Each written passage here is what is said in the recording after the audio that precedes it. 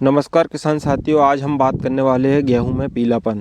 इस समय सबसे ज़्यादा गेहूं में किसान साथियों पीलापन देखा जा रहा है। इसका कारण और इसके कारक के हम बात करेंगे, किन कारणों से गेहूं की फसल में पीलापन आ रहा है।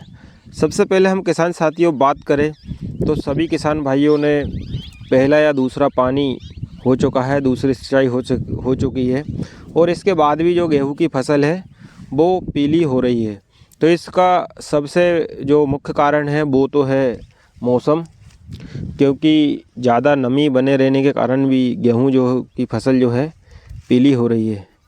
किसान साथियों, अगर हम बात करें कि इसका मुख्य कारण क्या है तो किसान भाइयों, अगर यूरिया की कमी है तो इससे भी जो है हमारी फसल पीली हो रही है।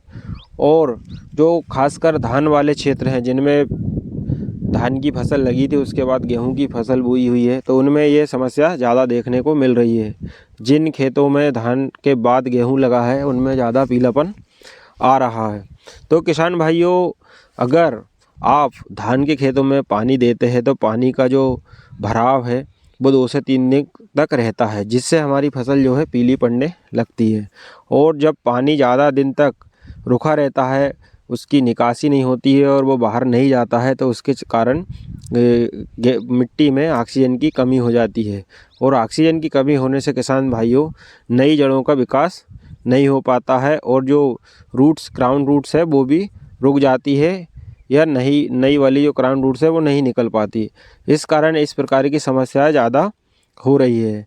अगर किसान साथियों हम इस प्रकार की समस्या से बचने के लिए दूसरे खाद पर, अगर हम यूरिया की जगह, नाइट्रोजन की जगह अगर हम अमोनियम सल्फेट का इस्तेमाल करें तो इसके ज़्यादा फ़ायदे हमें देखने को मिलेंगे।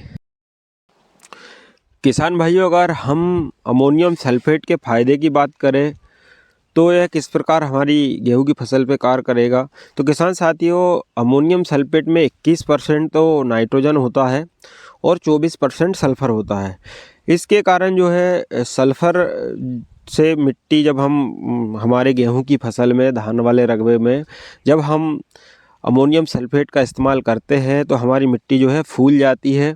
और जब मिट्टी फूलती है तो उसके अंदर ऑक्सीजन जाने की व्यवस्था बन जाती है और ऑक्सीजन जब उसमें जाती है, संग्रहित होने लगती है, तो किसान साथियों हमारी फसल की नए रूट्स, बाइट्स रूट्स निकलने लगते हैं। उसके साथ ही मिट्टी का उठाव हो जाता है। जब मिट्टी, जैसे आपकी धान की फसल में ज़्यादा भराव या किसी भी जगह आपके गेहूं की फसल में पानी का ज़्यादा भराव होता है तो मिट्टी टाइट हो जाती है, हार्ड हो जाती है, उसमें ऑक्सीजन की कमी हो जाती है, जिस कारण वहाँ की जो फसल है, गेहूं की फसल जो है छोटी रह जाती है और उसको ऑक्सीजन नहीं मिलने से उसके रूट्स निकलना भी बंद हो जाता है, जिसके कारण उसका सही तरीके से किसान साथियों विकास नहीं हो पाता है। उसमें फुटाव कम रहता है, बढ़वार कम लेती है, तो इस कारण ही वो बढ़वार कम लेती है और उसमें हरापन भी कम हो जाता है। अगर किसान भाइयों हम हमारी फसल में अमोनियम सल्फेट का इस्तेमाल करते हैं, जिससे कि हमारी मिट्टी फूल जाती है और उस फूलने से उसमें ऑक्सीजन संग्रहित होने लगती है और नई रूट्स निकलने लगती है, जिससे हमारी फसल हरी दिखने लगती है, बढ़ाव अच्छा लेती है और फुटाव भी उसमें अच्छा होता है। अगर हम किसान साथियों इसकी डोज की बात करें तो ये हमें लगभग 10 से 15 किलो के आसपास हमें लेना है और हो सके जहाँ तक किसान भाई पूरे ही खेत में आप इसको छिड़काव करवा दें। अगर आपके जिस क्षेत्र में पानी भरा है या तो उस जगह पे करवाएं तो इसका बहुत ही अच्छा रिजल्ट हमें मिलता है।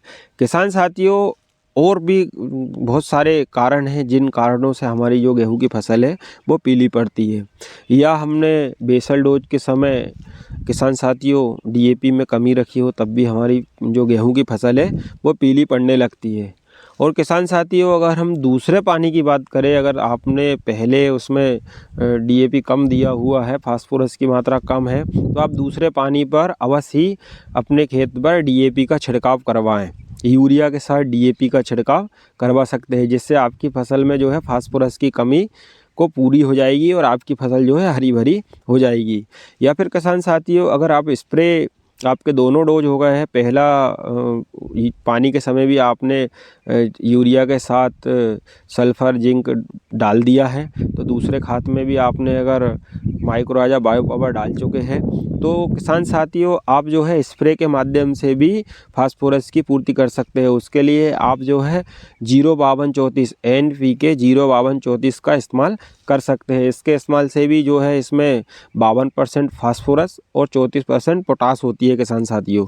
तो इसमें जब हम 05234 का इस्तेमाल स्प्रे करेंगे हमारी गेहूं की फसल में, तो 52% जब इसमें फास्फोरस है उससे हमारी जो है फास्फोरस की पूर्ति हो जाएगी। और साथ ही साथ एक प्लस पॉइंट है किसान साथियों कि इसमें पोटेशियम भी है, तो इससे हमारी जो है पोटास की मात्रा भी हमारी गेहूं की फसल में किसान साथियों पूरी हो जाएगी। किसान भाइयों इस प्रकार के स्प्रे करने और खाद डालने से आपकी जो पीली पड़ी फसल है वो एक नंबर हरी भरी हो जाएगी। किसान भाइयों हम पोषक सुपर का भी इस्तेमाल कर सकते हैं, जो कि एक कृषि रसायन की आती है। इसका डोज प्रति एकड़ 300 ml रहता है, और अगर हम पानी में बात करें तो 2 ml प्रति 1 लीटर पानी में इसको मिलाकर हम डाल सकते हैं। किसान साथियों इसके उपयोग से भी फूल झड़ना कम हो जाता है और दाने बढ़ने में सहायक होती है। किसान साथियों अगर हम इसकी रेट की बात करें तो ये 1100 से 1300 के बीच में 1 लीटर दवा मिलती है किसान साथी।